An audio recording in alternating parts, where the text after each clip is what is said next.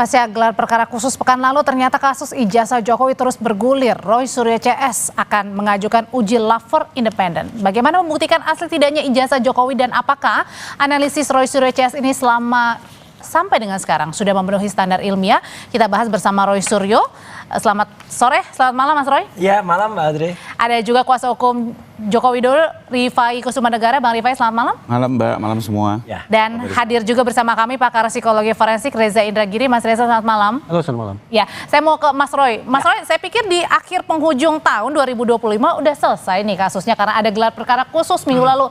Tapi kok sekarang lagi-lagi ada permintaan baru nih, ingin uji lapor independen oleh BRIN atau UI.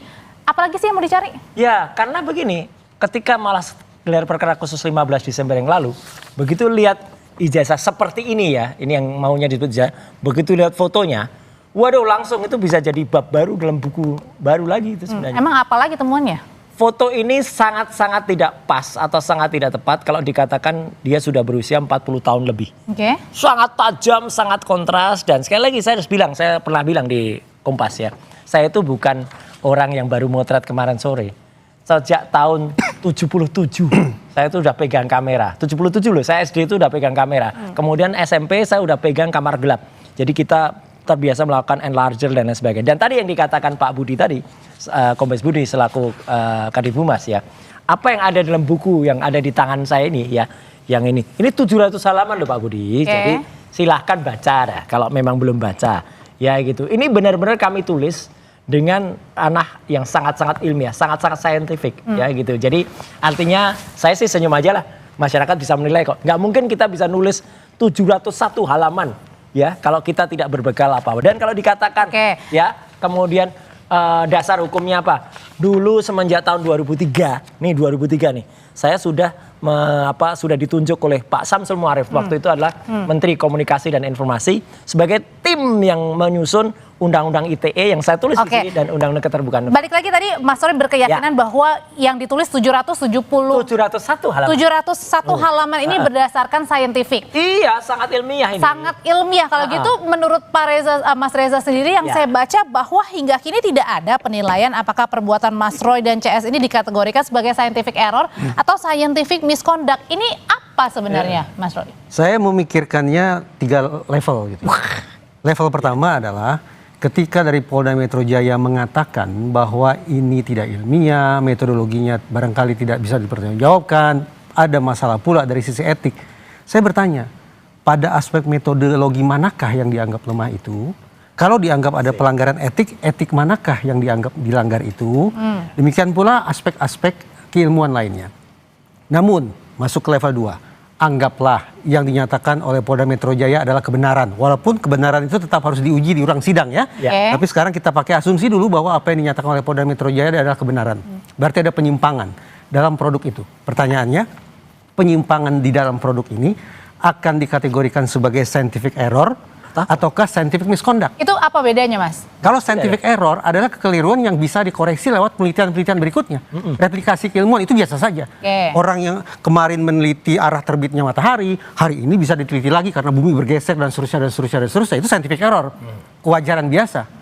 Sementara kalau scientific misconduct ini memang menyangkut suatu tata krama, kepatutan dan seterusnya. Nah, anggaplah, sekarang saya pakai anggaplah lagi nih. Kalau itu scientific error, maka sudah jelas harus diperbaiki, harus dikoreksi lewat scientific effort berikutnya. Bentar, scientific research berikutnya. Kalau scientific error ini dalam artian bahwa si pembuat makalah atau si penuding ini berarti artinya tidak ada intensi, tidak ada intensi buruk. Dia punya intensi keilmuan. Namun manusia kan tidak ada yang sempurna. Yang namanya metodologi itu juga beragam sifatnya. Esok hari boleh jadi ilmuwan menemukan metode yang lebih canggih lagi untuk menguji objek yang disebut sebagai ijazah ini. Itu namanya scientific error. Biasa saja itu. Kalau scientific misconduct ini memang sekali lagi menyangkut masalah kepatutan. Nah, sekarang kita berandai-andai. Masuk ke level ketiga. Anggaplah ini adalah wujud scientific misconduct. Pertanyaannya, sang pelaku harus dijatuhi sanksi apa? Apakah sanksi pidana? Ataukah sanksi dari sisi etik, misalnya dari perguruan tinggi atau dari organisasi profesi? Itu siapa yang bisa mengetahui itu masuk kategori tadi yang sengaja atau nggak sengaja? Misalnya, saya tanya, Mas Roy dari fakultas apa? ini penelitiannya terkait bidang apa. Ya. Maka saya bayangkan ada fakultas di situ, ada perhimpunan ilmuwan di situ yang barangkali bisa memberikan penilaian. Pada akhirnya orang yang dianggap melakukan scientific misconduct ini akan dijatuhi sanksi seperti apa? Etik atau bukan? Nah, sebagian ilmuwan di luar memang mengatakan untuk scientific misconduct yang sifatnya ekstrim, kalau perlu bisa dijatuhi sanksi pidana. Tapi tetap muncul persoalan. Kalaupun dijatuhi sanksi pidana, pidana seperti apa? Apakah penjara? Apakah hukuman seumur hidup? Ujung-ujungnya para ilmuwan mengatakan, yang tadi mengatakan bahwa scientific misconduct ekstrim pun bisa dijatuhi sanksi pidana, bentuk sanksinya adalah misalnya pengabdian masyarakat, mengedukasi para ilmuwan muda. Bentuk-bentuk sanksi yang sama sekali tidak ada urusannya dengan badan terhadap orang yang dianggap pelaku misconduct tersebut. Itu artinya, sekali lagi menurut saya, tidak jadi persoalan besar bahwa Polda Metro Jaya menilai bahwa ini bukan produk ilmiah, tidak jadi persoalan. Oleh karena itu, berikan kesempatan bagi fairness agar bisa bekerja. Apa itu fairness? Proses penegakan hukum yang memberikan ruang yang setara bagi kedua belah pihak. Polda Metro Jaya sudah mengklaim bahwa mereka sudah melakukan kerja ilmiah lewat puslapor. Silakan, saya hormati itu. Tapi dari sekali lagi, sebelah, dengan prinsip fairness, maka dari kubu seberang yaitu defendant atau terdakwa juga harus punya ruang yang setara untuk melakukan pengujian terhadap objek tersebut. Tapi kalau dari menurut Bang Rifai sendiri sebagai kuasa hukumnya Pak Jokowi, ini masuk yang mana tadi? Apakah memang benar-benar unsur ilmiah tadi? Apa ada yang justru memang sengaja untuk melewatkan unsur-unsur ilmiah itu sehingga ada mungkin saja ya ada intensi di situ? Saya langsung menanggapinya dengan fakta ya. Lagi-lagi tempo teliti yang kami laporkan adalah 22 Januari hingga 30 April di mana Bang Roy Suryo dan kawan-kawan. Berarti udah mau setahun nih kasus ya? 31 kali melakukan expose di media ya. Dan perlu dicatat di 31 objek itu tidak ada satu kalimat pun menyatakan dirinya sedang melakukan penelitian. Tidak ada satu kalimat pun yang menyatakan dia sedang melakukan kegiatan akademis. Sama sekali tidak, boleh cek. Publik bisa lihat. Ya. Jadi clear itu nggak ada urusan akademis, urusan penelitian. Lalu setelah kami laporkan, sebulan kemudian mereka langsung merubah menyusun strategi pembelaan. Mengklaim diri sebagai peneliti. Ya. Dan ini sebenarnya lagu lama lah dalam setiap perkara pencemaran nama baik. Dan menurut saya ini salah satu cara untuk menyesatkan penegakan hukum ya. Tapi cara-cara ini menurut saya juga tidak semudah itu, tidak semudah itu penegak hukum, polisi, jaksa, dan hakim bisa dibohongi ya. Karena kembali lagi itu baru muncul dan lucu lagi bisa kita lihat. Kalau betul penelitian kok bukunya baru selesai di bulan Agustus, tapi sudah. Tapi mungkin nggak sih tadi dalam waktu 1 bulan ada 700 halaman. Mencemarkan nama baik di media berulang-ulang dari Januari sampai April. Padahal bukunya baru cipta bulan Agustus. Ini lagi-lagi hanya alibi yang dibangun untuk pembelaan. Dan menurut saya kita tidak akan terkecoh lah penegak hukum dengan apa yang dilakukan oleh rekan-rekan Pak Roy CS dan kawan-kawan. Termasuk juga penyidik ya, artinya penyidik juga mengetahui ini. Dan pada saat mereka melakukan pembelaan dengan penelitian juga sudah diimbangi dengan 22 ahli. Kalau nggak salah BRI juga sudah diperiksa. Termasuk dengan hari ini meminta sudah banyak disiplin ilmu yang didengar uji lapor independen itu termasuk juga alibi ya? Iya, kalau itu ijazah. Beda. Kalau yang ini kan tindakan yang dilakukan Bang Roy Suryo dan kawan-kawan ya. Nah, lalu soal apa namanya minta independen langsung musnah ya. Kembali lagi, saya mengerti ya sebagai pengacara juga saya pernah berjuang untuk itu.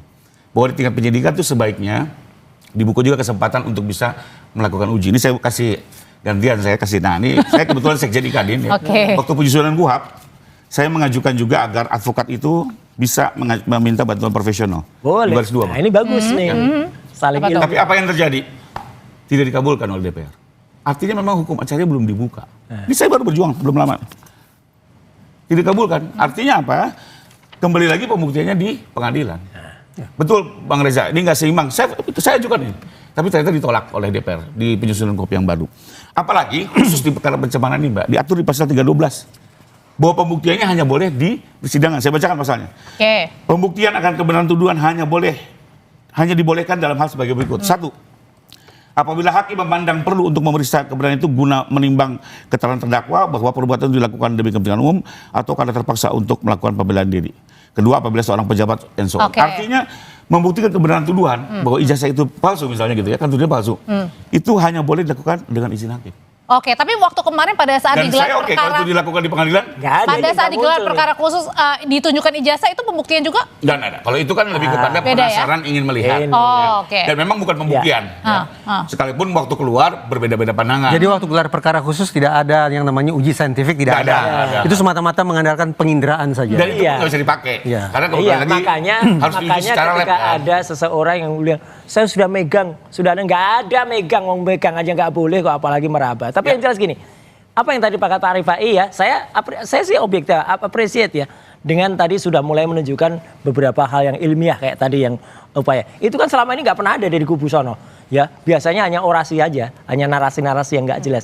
Makanya kalau di buku ini sudah dibaca, sekali lagi tolong dibaca. Ya, ini kami itu lakukan apa ya namanya? Ini dijual nggak bukunya? Oh, jelas dijual. Oke. Makanya kan orang yang sudah bisa baca itu akan tahu bahwa apa yang kita memantik kita untuk melakukan pengujian ini adalah peristiwa tanggal 28 Juni 2013. Jadi sudah lama banget, sudah 12 tahun yang lalu. Dan itu sebuah diskusi yang waktu itu moderatornya kebetulan ada Direktur Utama Kompas ya, gitu Mbak Rosi. Kemudian juga ada Jokowi, ada juga Buya Safi Ma'arif dan juga Prof Mahfud. Waktu itu sudah mantek ketika apa? Katanya IPK-nya dua kurang waktu itu. Jadi kan aneh. Nah, itulah yang memicu awal. Jadi sebenarnya meskipun kami itu belum menceritakan membuat buku, tapi sebenarnya risalah-risalah atau jurnal-jurnal sudah ada. Tulisan-tulisan saya udah banyak. Dan satu lagi, ada yang ini perlu saya ini ada yang agak paradok ya. Tahun 2005, kenapa saya berani menuliskan soal apa namanya undang-undang ITE, undang-undang keterbukaan informasi publik. Saya waktu itu yang justru memberikan pemaparan ini ke Mabes Polri. Ini piagamnya, sertifikatnya dari Mabes Polri, Divisi Humas. Ya, jadi ini jauh di atasnya Pak Budi tadi. Oke, gitu tahan dulu sampai di situ Mas Roy. Kalau gitu pertanyaannya Mas Reza tadi dimulai dari awal Januari, ini udah mau 1 tahun nih ya kasusnya nggak selesai. Berbagai tudingan, diundang di TV di mana-mana, kemudian saling beradu argumen karena punya pendapatnya masing-masing. Sampai dikeluarkan Jokowi's White Paper ini 701 halaman. Ya. Sampai dengan sekarang minta lagi uji lapor independen. Pertanyaannya, yang dilakukan Mas Roy Suryo CS ini masuk kategori yang mana kalau gitu?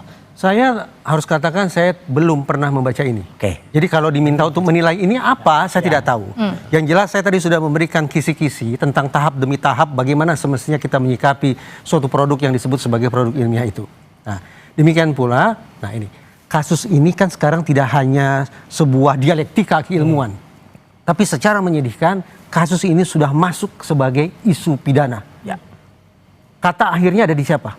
Di hakim. Nah, mari kita pahami bahwa mekanisme pidana adalah mekanisme yang mengandalkan pada sistem adversarial. Apa itu? Sistem bermusuhan. Maksudnya kedua belah pihak saling mengadu segala macam hal. Adversarial. Mereka adu tanding di situ. Di dalam sistem yang adversarial itu ada klausa, yaitu klausa konfrontasi, confrontation clause. Artinya, sekali lagi, setiap pihak sesungguhnya mendapat kesempatan untuk melakukan examination sekaligus cross examination terhadap segala macam hal yang dihadirkan di ruang persidangan. Jangan salah tafsir.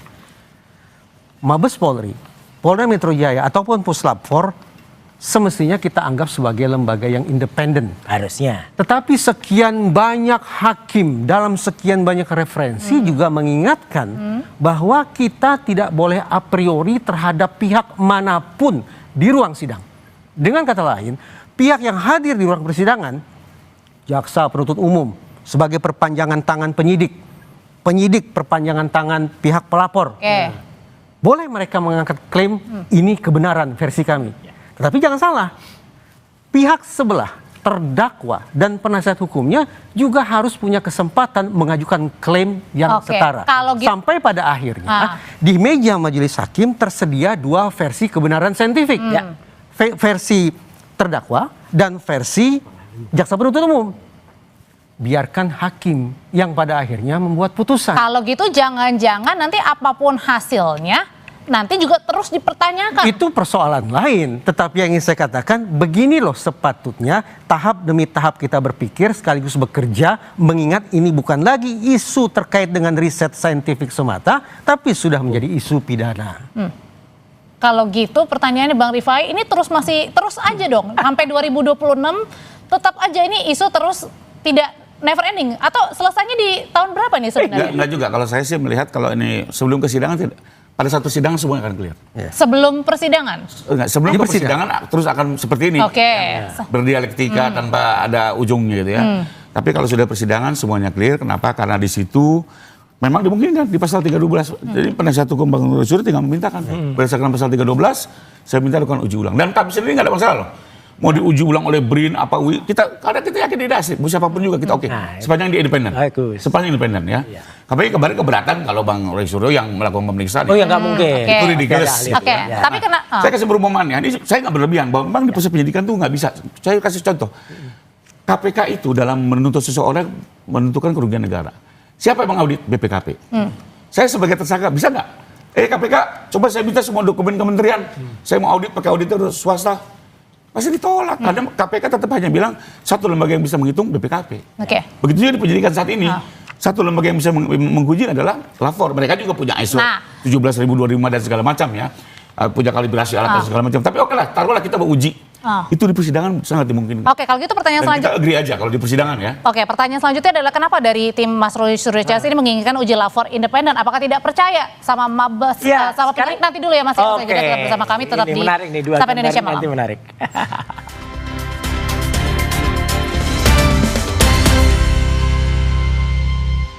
Kan sebenarnya kalau menurut tadi Independen. Mas Reza sudah menjelaskan detail ya mengenai apa perbedaannya, ada intensi atau enggak begitu, tapi harus dikembalikan lagi nanti di pengadilan yang akan menentukan, yang akan kita tahu. Tapi kalau dari pengacara sendiri Bang Rifai ini masuk dari mana? Saya dulu dari awalnya sebelum sampai ke sana. Jadi Mas Roy menuntut adanya fairness.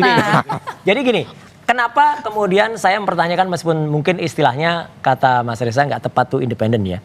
Tapi dari satu lembaga saja. Ini soal uji lapor independen dulu ya. Dan apa yang dilakukan oleh kepolisian. Dari Mabes Polri dan Polda Metro ya udah berbeda. Nih gambar ini kan dulu ditampilkan oleh Mabes Polri ya, yang di atas ini. Nah ini ya, yang sebelah kanan ini. Tanggal 22 Mei ini ditampilkan di layar besar. Kemudian Polda Metro menampilkan gambar yang sebelah kanan. Dari ini saja dikatakan kalau kedua ini identik. Identiknya di mana sudah? Yang satu hitam putih, yang satu berwarna.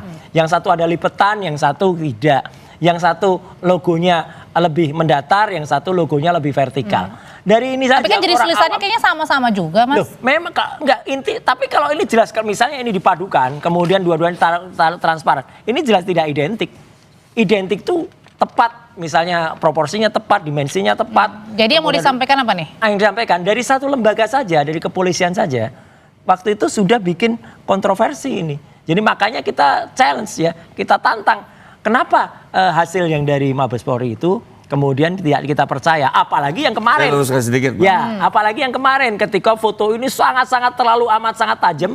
Jadi nggak percaya juga. Jadi nggak percaya juga. Mata saya itu kan mata yang udah lebih dari 48 tahun melihat foto. Jadi udah kelihatan. Masih terus nggak percaya Bang Rifai? Juara foto mengalahkan Darwis. Oh iya, kalau itu betul. Tapi oke, yang itu juga tuh beda sumber loh Pak. Gak boleh marah.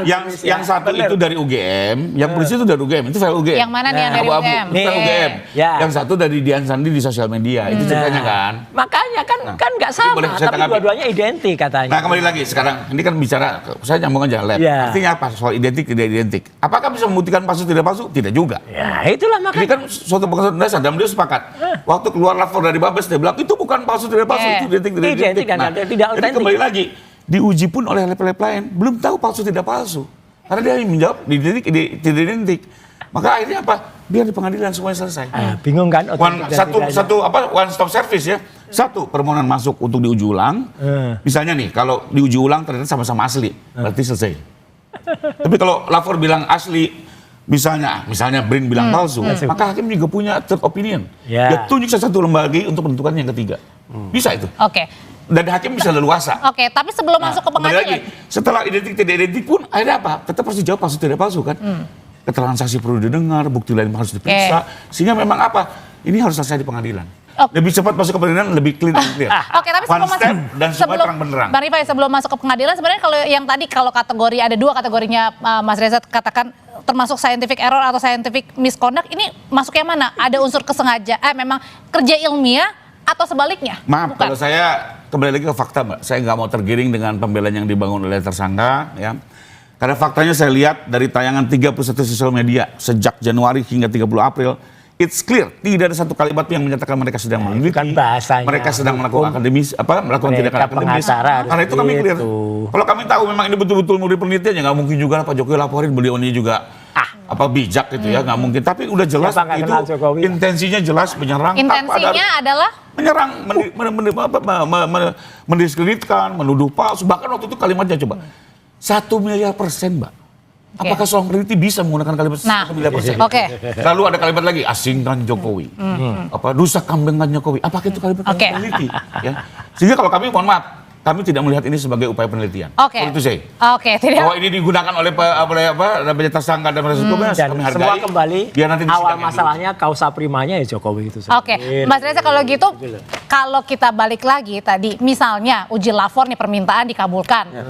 Tadi kan 2 ya permintaannya mau BRIN atau UI ya UI, tadi ya. ya. Oke, katakanlah salah satu itu. Nah, terus hasilnya apakah kalau sama gimana, kalau beda pun gimana?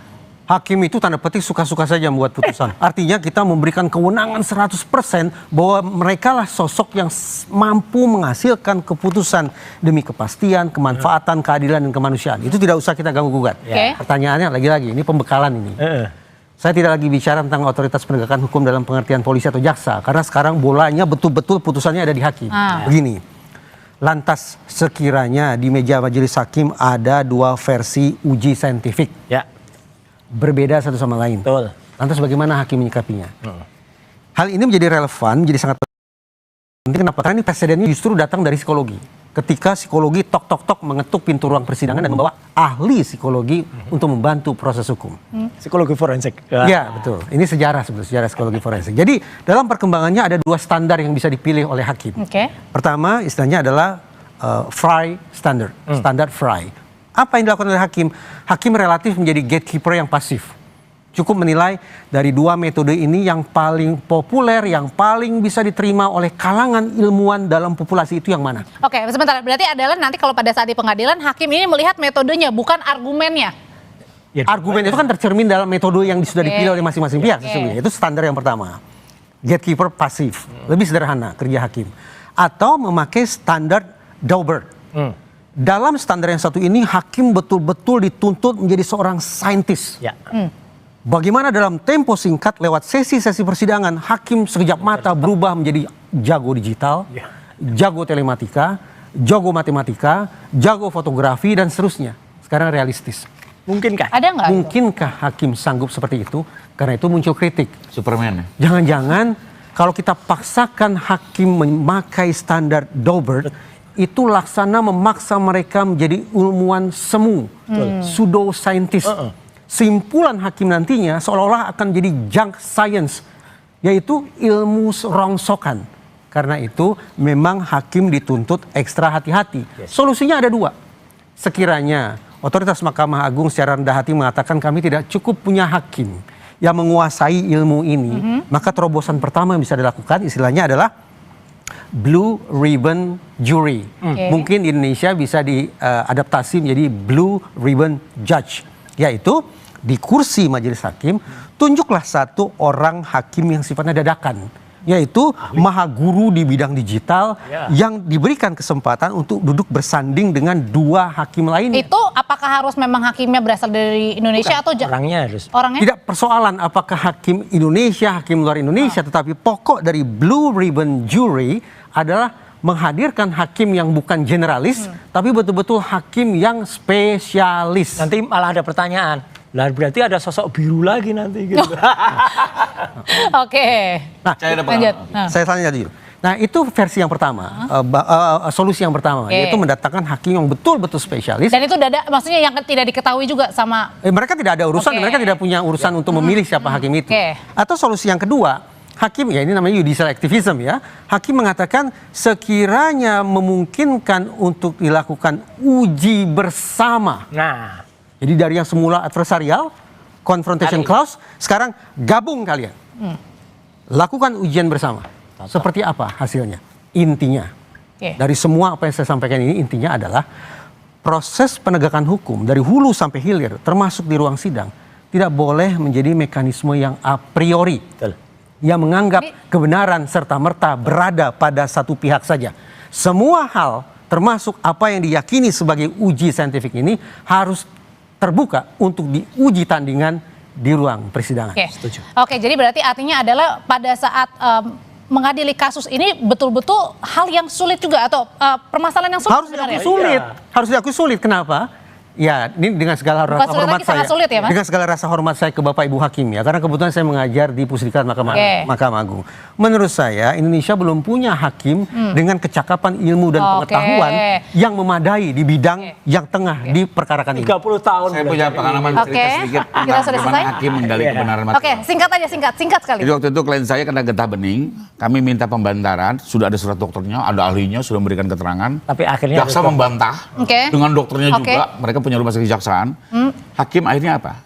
Dia menunjuk rumah sakit independen yang dia yakini itu cocok. mencari jalan keluar. Intinya? Diputuskan dan keluar akhirnya hakim yang putusan ketiga ini kan harus memilih kiri atau kanan kan? Iya. Akhirnya dipilih boleh pembantaran. Nah, Oke. Ini salah satu caranya Oke, kalau oke. ada dua kontra ya.